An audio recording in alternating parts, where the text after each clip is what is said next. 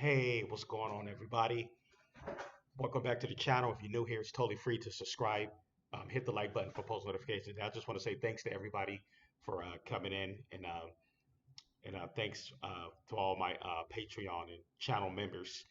Alrighty, let's get right on to it. Okay, we got Zen is slightly up 1.3% in a 1 hour. And I'm looking at the 1 hour right here. It looked like a lot of the crypto market is slightly up in a 1 hour. Let's see what happens this weekend. If we can get a maybe we can get like a slight recovery over the weekend. So yeah, there's been a lot going on. Yesterday, I think Congress had like a hearing yesterday. It was honestly it was a clown show. The hearing was definitely a clown show. Most of them was pushing a narrative. Um, I think a couple of them was pushing a narrative about the trying to make it seem like rich people, only rich people, and the billionaires is going to benefit from crypto and all that. I'm like, no, man, we're all trying to get in this, even the regular people. This is a gateway for financial freedom for regular people like me and you. But there were some people that were trying to push a narrative. Make it seem like regular people can't open up bank accounts and stuff like that, and how the crypto communities, how the whatever they're trying to take over the banks or something like that. I don't know what they were just talking a bunch of gibberish. It was definitely a clown show. But anyways, this is some of the stuff that was going on. Hold this 1 second. So we got Zen. Check out XPR network. Okay, XPR, we got it at 42% of a penny. It's just down 9.2% for the week. Like I said, we've been talking about XPR on the channel for about a month now, or close to a month. And this is definitely going to be one of the real deals for the uh, for the cross-border payments and all that, and the government using it. All right, there's take a look at Swift. Take a look at Swift coin. What's going on? Swift actually, pumped back up 24% for today. Look like there it is. It's up 3.5% for the 1 hour. So yeah, man. Look like we could have maybe a weekend recovery, but let's see what happens. All right, let's check this out. All had that one cousin that called. What would you say to them before they invested? Thank you for the question, Congresswoman. I think that Americans are skeptical of crypto, and rightly so. Americans have seen the illegal activity and arrests and just dangerous activity. Looking at a CNBC poll, only 8% of Americans have a positive view of crypto. And looking at the Federal Reserve data, only 7% of Americans own crypto and only 1% use it to buy things. So I would encourage them to have some caution and to encourage them to go to a traditional bank where I they'll raised be the question protected. because there are Detroit residents who have lost thousands of dollars in cryptocurrency in my district. And I actually have one of my Livonia residents right outside of the city recently contacted our office where she had lost $400,000 through a cryptocurrency scam. And it was just heartbreaking. And I just feel like we cannot ignore that. Today's hearing, of course, is supposed to be about debanking faced by crypto industry. But if we really were concerned about financial inclusion, we know that many of the most vulnerable among us, Black, brown, low income, lack access to basic financial services. And I know across the country, we have charities, individuals, and businesses have experienced trouble opening a bank, maintaining their account, sending or receiving payments because of religious or ethnic national affiliations. And I say this because as one of the only few Muslim Americans serving in Congress, I was surprised to see that one of these polls found that more than 1 out of 4 Muslim Americans reported challenges while banking. And someone said in my district once, it's called banking while Muslim, right? And Ms. Oshale, how can lawmakers be able to combat such discriminatory debanking practices? So I think I would answer with two things. First, to strengthen oversight and increase accountability to ensure that banks are following the appropriate laws and regulations, that anti-discrimination laws that protect all Americans. And secondly, under the former CFPB chair, director, I think some good work was being done to explore alternative methodologies for people without credit to build credit. Yeah, I think this is more because they're Muslim.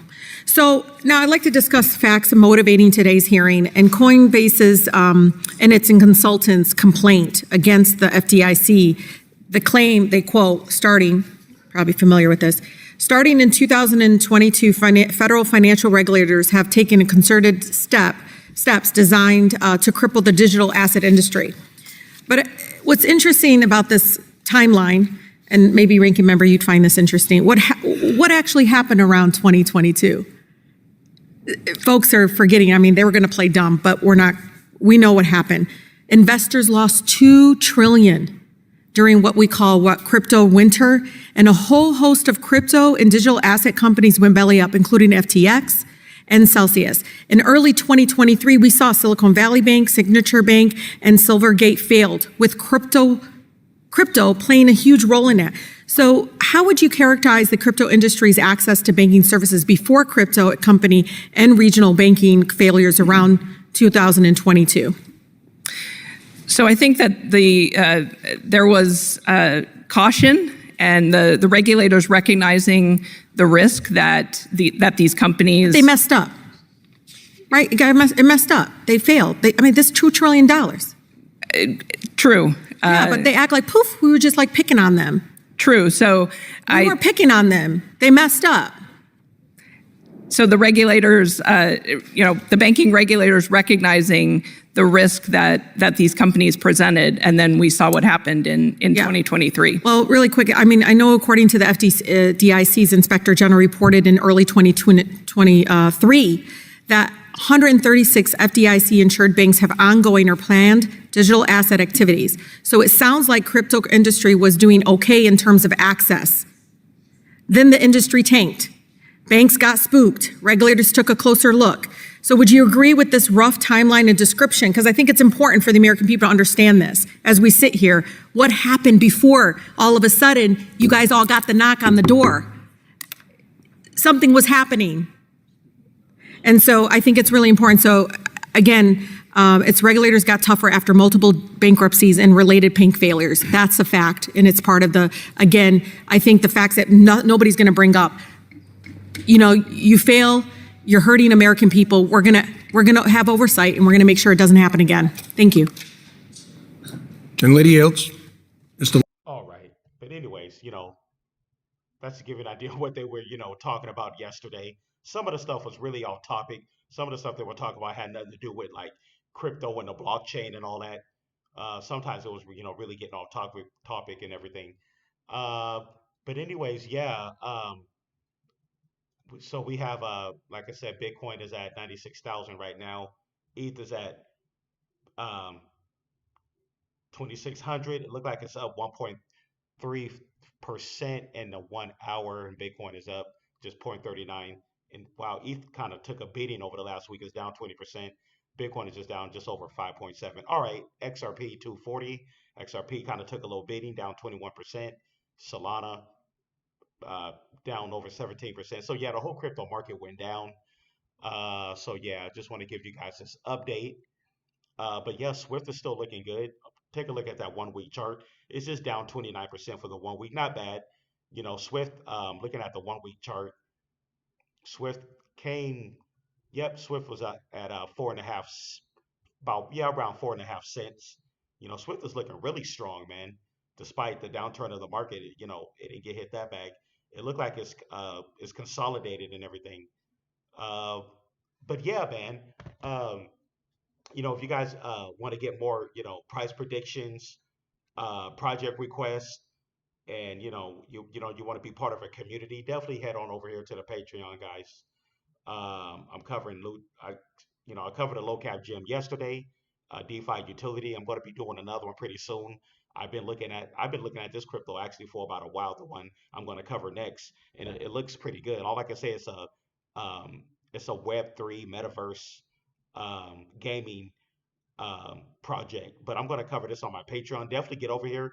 I'm calling these plays early. Like I said, I've been doing this for the last 3.5, 4 years, calling some of these projects like really early. Definitely get over to the Patreon. I'm gonna leave the link in the description, and you can reach out to me 24/7.